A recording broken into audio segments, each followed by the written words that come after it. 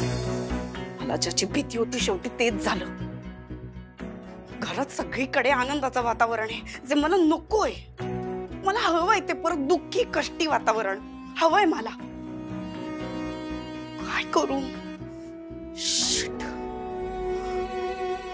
हे पैसे ना असं वाटतंय कुठेतरी घेऊन जावेत, मग बसा शोधत। तीच वेळ आली पाहिजे तुमच्यावरती।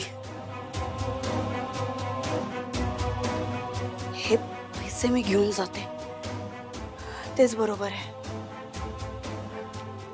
Yes,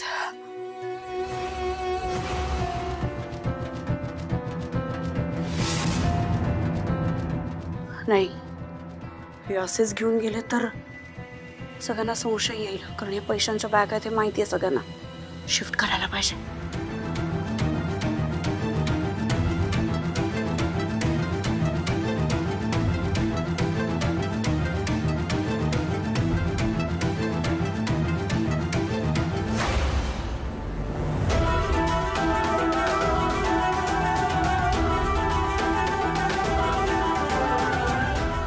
Oh my God, oh my God, oh my God.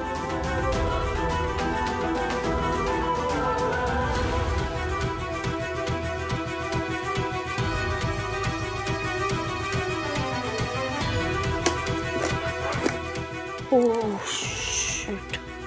केवढे पैसे थे?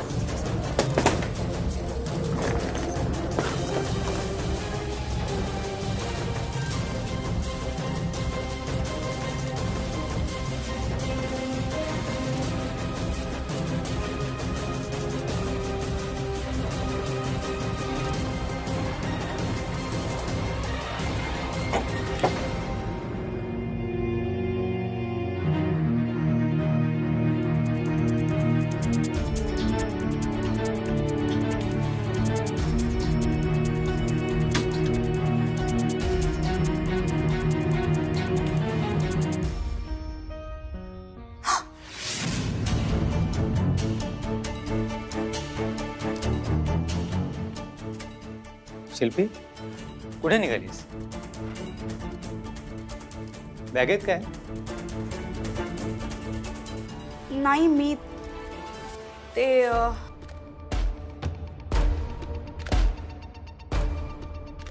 डिस्टर्ब केलं का?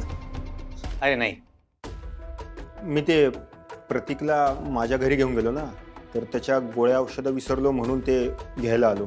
अच्छा, ओके। बरं शिल्पी, मी काय विचारतोय, कुठे चाललीस? मी एका महत्त्वाच्या कामासाठी बाहेर चालले होते आता। आत्ता या वेळेला? हो। ठीक आहे, मला सांग, मी करतो। दाखव ती बॅग। नाही। दाखव ना। तुला काय करायचंय? हे बघ शिल्पी, विनाकारण नाटक करू नकोस। आणि मला चांगलं माहिती आहे बॅगेमध्ये काय। तुझं महत्त्वाचं काम असेल ना, मला सांग, आपण ते करून येऊ। नाहीतर ही बॅग गुपचूप घरात ठेव। नसेल सांगायचं ना, घरी जाऊया, ते जिन्यात बोलणं सेफ नाहीये। घरी जाऊन प्रॉपर डिस्कस करूया सगळ्यांसमोर।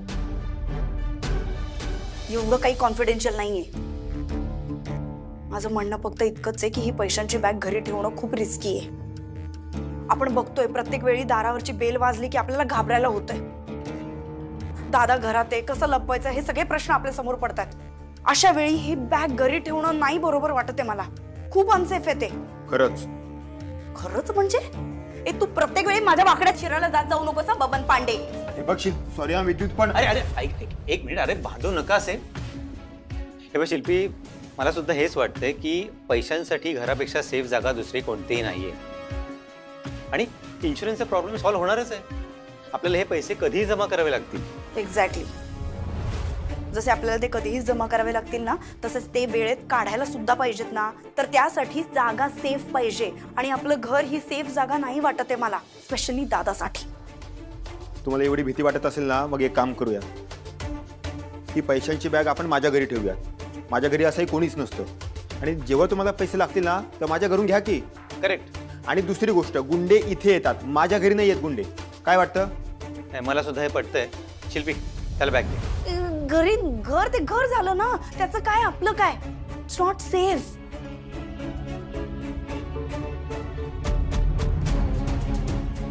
ठीक आहे, मग आपल्या घरी ठेवूया, ह्याच्या नको. वहिनीचा चमचा. चल.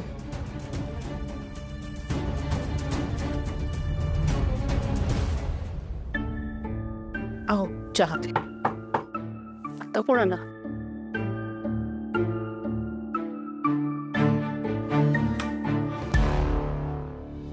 या ग. चल चल लवकर. त्या समोरच बसलाय. लपून बस ना. अरे लपून बसत जा तर. मयूर औषधे दे ना. हा आणते. मी तुमच्या सगळ्यांसाठी चहा पण टाक. नाही ताई, ऐक ऐक, थोडी घाई आहे मला. फक्त श्रेयसच्या इन्शुरन्सचे पेपर दे, ते बघायचे. बर आणते. मी ना सगळं लिहून ठेवलंय, कोणत्या गोळ्या कधी घ्यायच्यात, कारण ते डॉक्टरचं हँडरायटिंग कळत नाही ना. हुशार आहे बरं का तू. पण तू हे लय भारी काम केलंय. तू प्रत्येकीला आणि औषधांना माझ्या घरी पाठवले ते. माझं घर म्हणजे किल्ला आहे, किल्ला. एकदम सेफ जागा. पण हे बऱ्याच लोकांना पटत नाही.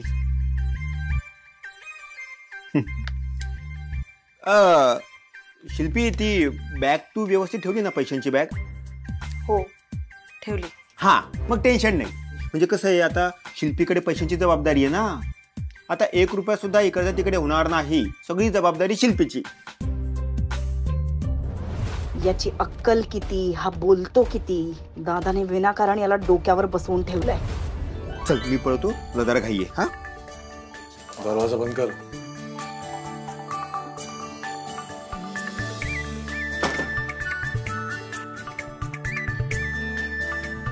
अरे भाऊजी गेले. हे पेपर्स. तू बस इथे, तुझ्या पण सह्या लागतील मला. माझी सही. हो, आम्ही फॉर्म भरलाय. तर इथे सही कर आणि इथे एक कर.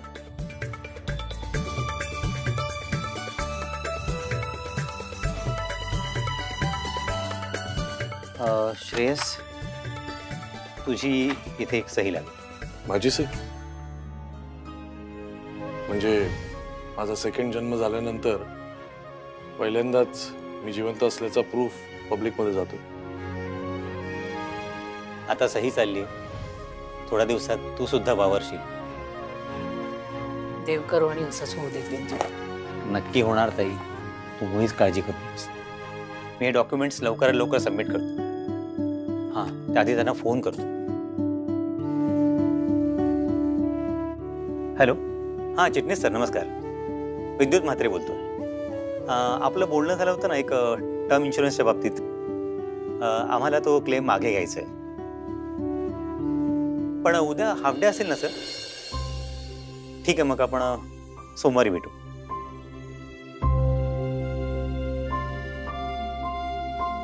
नेमका वीकेंड आलाय, त्यामुळे आता हे सोमवारी सबमिट करावे लागतील. म्हणजे अजून 2 दिवस मला अंडरग्राऊंड राहावं लागेल. Unfortunately yes. दिवस वाढत आहेत, पण आपण इलिगल गोष्ट करतोय त्याचे दिवस वाढत आहेत याचं दुःख आहे. खरं तर प्रत्येकवर हॉस्पिटलमध्ये उपचार व्हायला हवे होते, पण आपल्याला असं डॉक्टरांना घरी बोलवून त्याचे उपचार करावे लागत आहेत. हे खरं तर बेकायदेशीर आहे, पण आपल्याकडे दुसरा कोणताही पर्याय नाही आहे. मला नाही वाटत की आपल्यासारख्या फॅमिलीने अशी बेकायदेशीर गोष्ट आतापर्यंत कधी केली असेल. एवढं गिल्ट वाटत असेल तर नको लपूया ना दादाला घरी. असं सांगून टाकूया पोलिसांना खरं जे काय असेल ते. कारण शिल्पी, आपण जे करतोय ना त्याला फ्रॉड म्हणतात, आणि हे आपण नाईलाजाने करतोय. पण ही गोष्ट आपण पोलिसांना पटवूनच देऊ शकत नाही, कारण का आपल्याकडे कोणताही पुरावा नाहीये. जेव्हा हे डॉक्युमेंट्स आपण इन्शुरन्स कंपनीमध्ये सादर करू ना, तेव्हा त्यांच्याकडून क्लीन चिट येईल आणि मग आपण पोलीस स्टेशनला जाऊन त्यांना सांगू शकतो. आणि मुळात पैसे बुडवणं हा आपला हेतूच नाहीये. त्यामुळे आपल्याला 2 दिवस थांबावंच लागेल. तरी मी सबनीस सरांना भेटून आणखी काही मार्ग निघतो का ते बघतो. देव करो आणि लवकर यातनं मार्ग निघू देत. निघेल ताई, नक्कीच काहीतरी मार्ग निघेल. पण तोपर्यंत मात्र आपल्याला धीर धरावा लागेल. बरं, मी निघतो, आणखी एका ठिकाणी मीटिंगसाठी जायचं. येतो.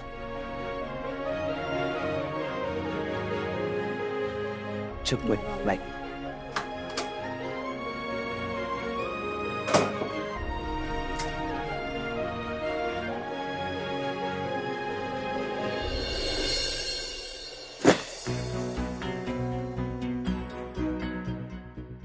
वाह, हे चांगलं आहे.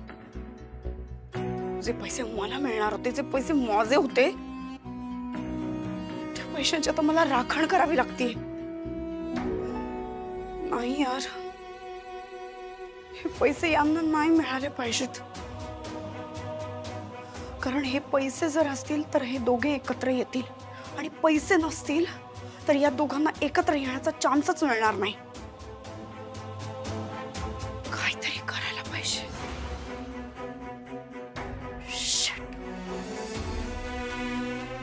नाही, मला असं काहीतरी केलं पाहिजे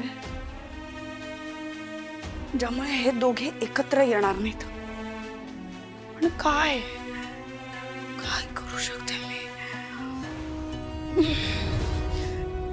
अहो, मी खाली जाऊन जरा भाज्या घेऊन येते. हो. दूध मयू, ऐक ना बाळा. अगं, मगाशी खिरीसाठी दूध बाहेर काढलं होतं. खीर झाली, पण दूध फ्रीज मध्येच ठेवायला विसरले. जरा ठेवशील का? खीर केलीस तू? हो. का ग? स्वयंपाक पण झाला? हो ग, झाला. आता भाजी घेऊन आले ना की बबन भाऊजींकडे जाऊन डबा पण देऊन येईन. आणि डबा मी दिला तर चालेल? हो चालेल, पण डबा भरशील ना तू? हा, बरे. ठीक आहे. अगं मयू, मला ना प्रतीकसाठी काही भाज्या घ्यायच्या आहेत आणि मूग पण संपलेत. मूग घेऊन येते, म्हणजे त्याला कढण देता येईल. हा आई, तू एकटी किती कामं करशील? हे दे माझ्याकडे, मी जाते आणि सगळं आणते. फक्त मला लिस्ट पाठव. ओके, लवकर पाठव लिस्ट.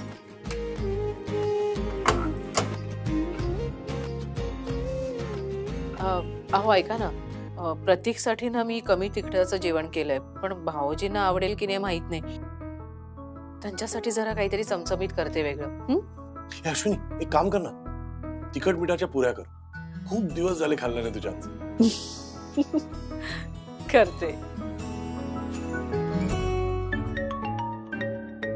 अश्विनी, अश्विनी, फोन आलाय. कोणाचा आहे? अननोन नंबर आहे. नंतर करते मी. राहू देत. नंतर काय करते? बिझनेसचा फोन असेल. हो, असेल कदाचित क्लायंटचा. नंतर करते मी. अगं घे ना फोन. असं काय करतेस? बिझनेस मध्ये अननोन नंबर्स पण उचलायचे असतात. हे घे. अगं अश्विनी, असं काय करतेस? उचल ना फोन. फोन उचल. नाही, नको. Unknown number. असं काय करते? थांब, मी उचलतो. हॅलो अश्विनी. अगं, माझा फोन लागत नाहीये, त्याच्यामुळे मी कोणाला फोन करू शकत नाहीये. आणि यांचा फोन तो नीट चार्ज पण होत नाहीये. अगं, तेवढे फोन का केले होतेस? अगं, मला ते टेन्शन आलं म्हणून दुसऱ्याचा फोन घेतला आणि तुला फोन करते. काय झालं? सगळं नीट आहे ना? हॅलो हॅलो अश्विनी, अगं बोल ना.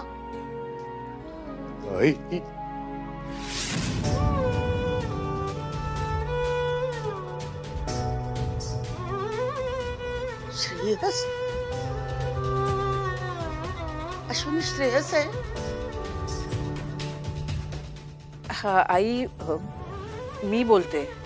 अश्विनी, श्रेयस, श्रेयसचा आवाज होता ना ग? नाही, मी पण वेडी, काहीतरी वेड्यासारखा विचार करते. श्रेयस कसा असेल ना ग?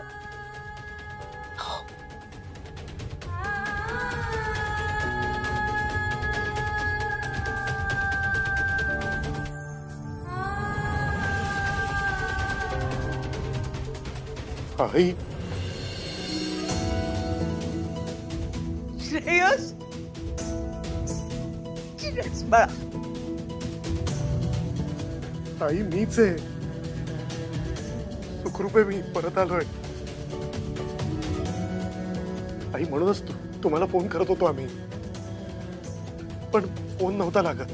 श्रेयस मला किती आनंद झालाय म्हणून सांगू. थांब, यांना बोलवून आणते. यांना पण खूप आनंद होईल राजा, खूप आनंद होईल. मी त्यांना बोलवते. आई ऐका ना, बाबांना ना इतक्यात नका सांगू. बाबांना ना इथे आल्यावर सांगूया. ते जेव्हा यांना प्रत्यक्षात बघतील त्यांना केवढा आनंद होईल ना. आई चालेल ना? अरे पण एवढी मोठी आनंदाची बातमी मी कशी लपवून ठेवू त्यांच्या समोर? माझ्या तर चेहऱ्यावरचा आनंद मी लपवू शकत नाहीये. खरंच मला कधी येते आणि तुला डोळे भरून पाहते असं झालं पाहिजे. आई बाबांना आल्यावरच सांगूया ना प्लीज. आम्ही लगेच निघतो. हं, लगेच निघतो.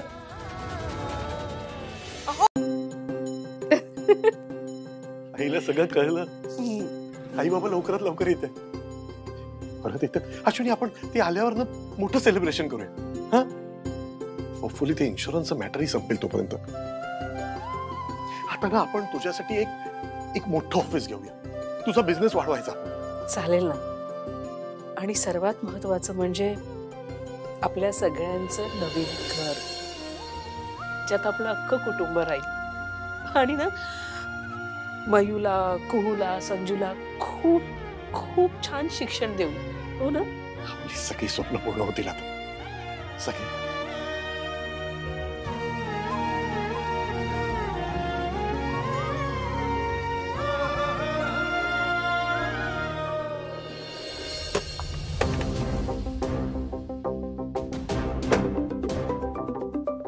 इन्स्पेक्टर साहेबांचा फोन.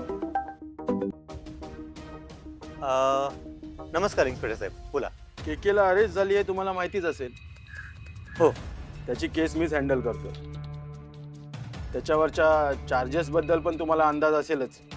सध्या त्याचं इंट्रोगेशन प्रोसेसमध्ये. त्यात काही गोष्टी समोर आल्या आहेत, त्या संदर्भात तुमच्याशी बोलायचं. बोला ना साहेब, काही प्रॉब्लेम आहे का?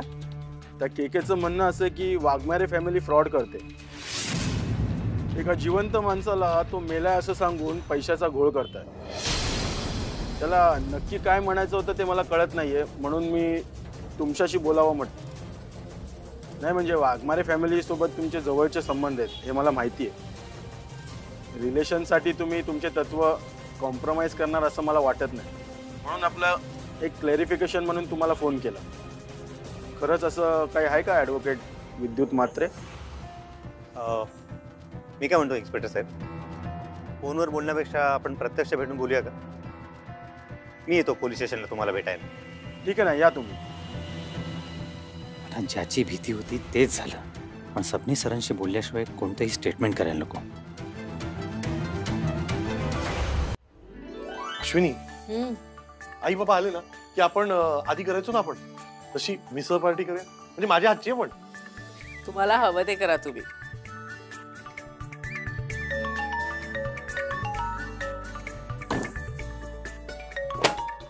Jenny, hello. बोल ग. अश्विनी ऐक ना, तू थोडा वेळाकरता इथे पार्लर मध्ये येतेस का प्लीज?